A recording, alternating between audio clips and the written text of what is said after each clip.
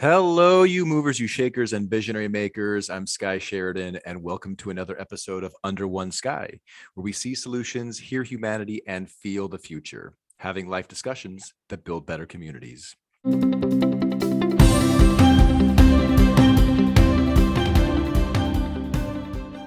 So today we have a very transformational show that you're not going to want to miss. We have Vince DiBianca on the show, and he's recognized as a pioneer and leading thinker and a senior practitioner in the field of leadership transformation. So today is going to be about breakthrough and transformation.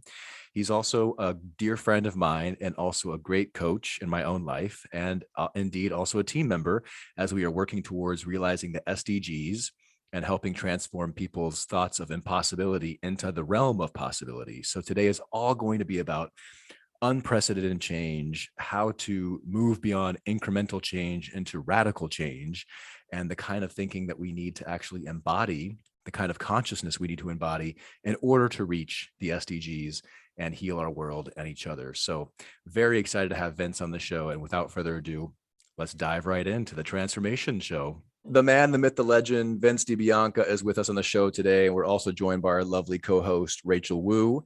We're thankful for you both to be here today. And we're super excited to cover elevating narratives and a topic of breakthrough and transformation. We have a Discord community, which is online. We're trying to get off of Facebook and some social media platforms to have our own community. And they have 4 questions for you, Vince. So the first question we're going to aim at you right now from our community is, what was your favorite toy as a child? I had about a 10-inch statue of a Palomino horse. And then when I was a kid, everything was about Roy Rogers, and his horse was Trigger, this beautiful Palomino horse. And it had a chain, bridle, and reins. And I could play with that horse any place I wanted in the house, inside, outside. It was incredible. The connection I made was when I hit 18, my brother owned a riding academy.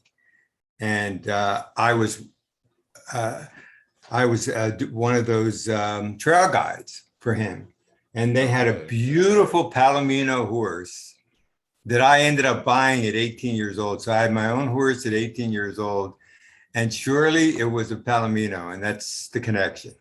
And you're an equestrian, right, Vince? Like, you have horses in your farm. Is that correct? Well, I have 2 pleasure horses. I've never competed, competitively. I've never really been in equestrian kinds of events. But yeah, I've had horses since, long time. Yeah, for a long time. What draws you to horses? Why are you a horseman?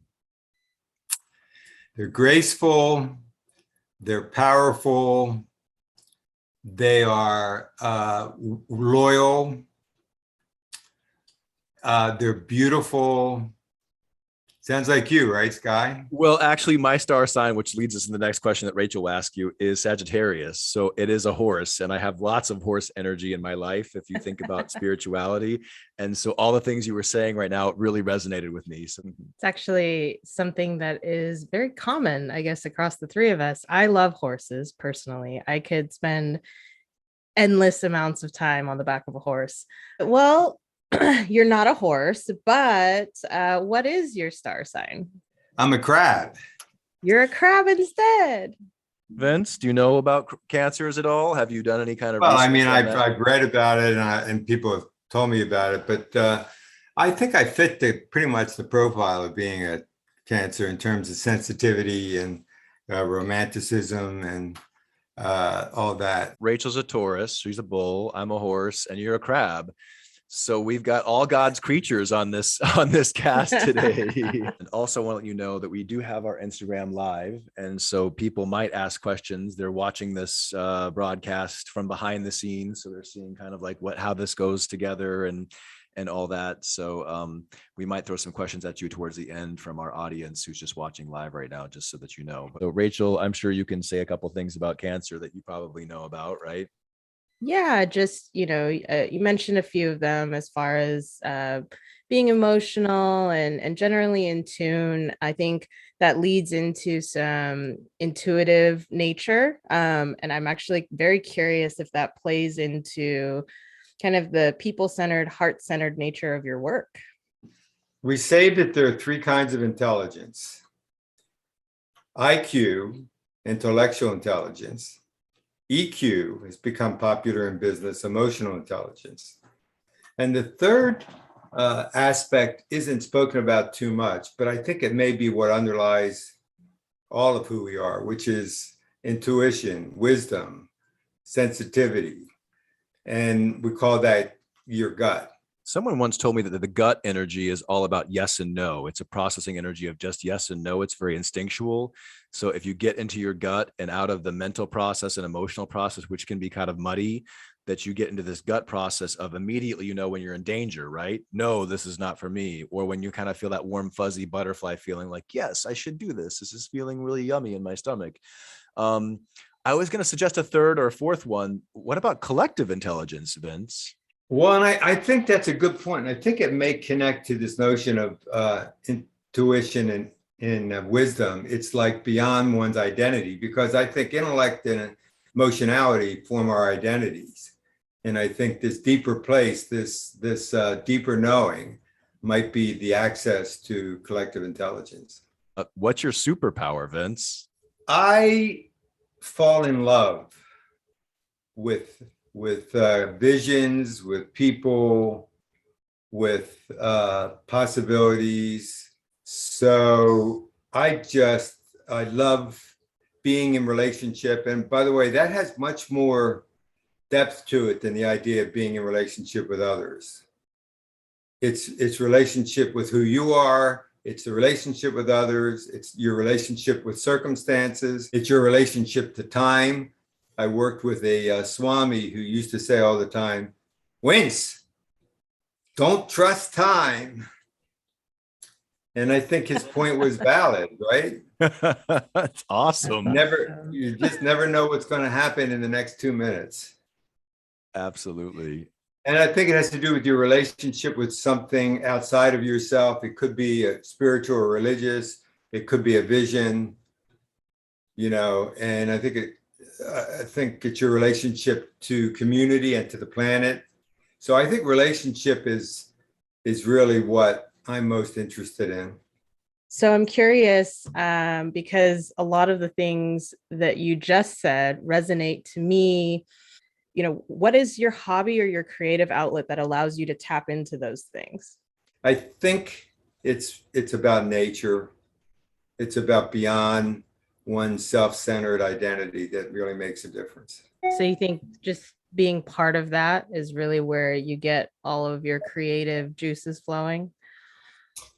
I do. I do. And, you know, there's a lot of research that says that most people can't really be effective in sports or in business beyond about 3 hours.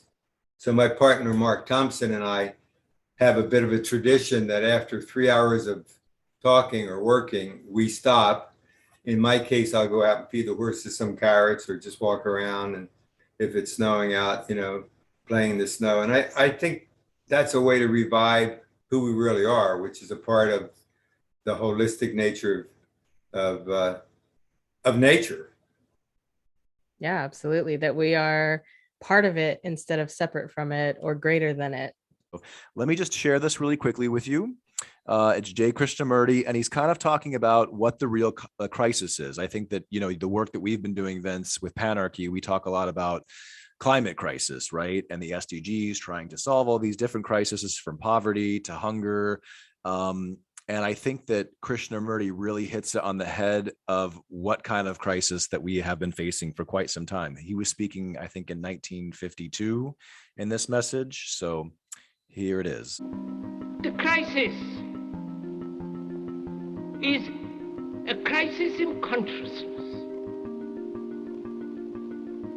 a crisis that cannot anymore accept the old norms, the old patterns, the ancient traditions, and considering what the world is now, with all the misery, conflict, destructive brutality, aggression, and so on, man, he's still as he was. He's still brutal, violent, aggressive, acquisitive, competitive, and he has built a society along these lines. What were your thoughts on that? Well, first of all, it's noteworthy that that was 1952 and it could have been said yesterday. Right? So it's 70 years in.